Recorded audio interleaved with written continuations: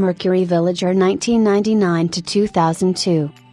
For the 1999 model year, Mercury introduced the second-generation Villager. Again a counterpart of the Nissan Quest, the 1999 Villager shared no sheet metal with its predecessor.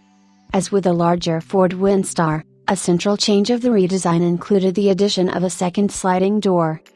Carried over from the previous generation, the Ford VX54 platform underpinned the second-generation Mercury Villager and Nissan Quest, sharing its 112.2-inch wheelbase.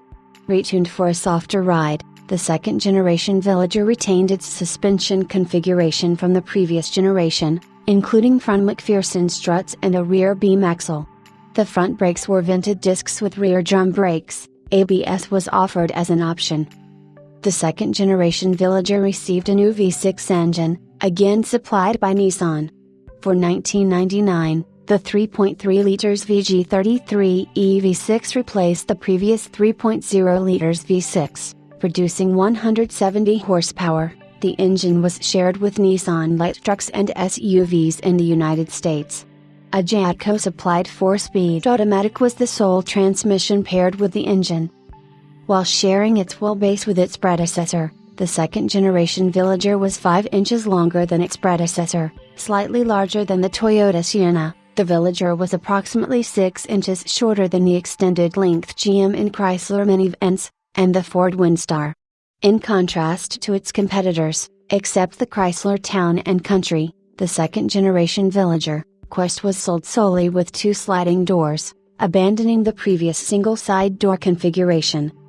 While again sharing most body stampings, the exterior of the second-generation Quest and Villager were designed separately, with Ford designer Moray Callum responsible for the exterior of the Villager. In place of the chrome-ringed horizontal grille, the Villager adopted a waterfall-style grille, with a much larger Mercury emblem. The rear fascia was given a red trim panel between the taillamps, with amber turn signals. Several design features from the first generation made a return, including the design of the exterior door handles and the two-way rear liftgate.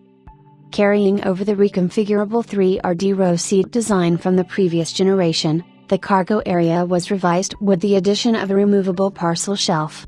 For 2000, a 3-person 2ND row seat was introduced, increasing capacity to 8, as an option. As a $1,295 option, a rear seat entertainment system was introduced, including a flip-down LCD screen connected to a VCR or video game console. For 2001, the front and rear fascias were revised, the Mercury emblem was centered and enlarged on the grille and liftgate, the fog lamps were changed to round lenses. The instrument panel was redesigned, the electronic instrument panel returned as an option. Abandoning the GS/LS trim nomenclature used by the previous generation, the second-generation Villager was offered in 3 trim levels: Villager, Villager Sport, and Villager Estate. The special edition Nautica trim was discontinued. Externally, the standard Villager was offered in monochromatic colors or with a silver lower body. The Sport was painted with a gray lower body and received upgraded suspension settings and larger wheels and tires. The Estate was distinguished by a gold lower body, wheels, and badging.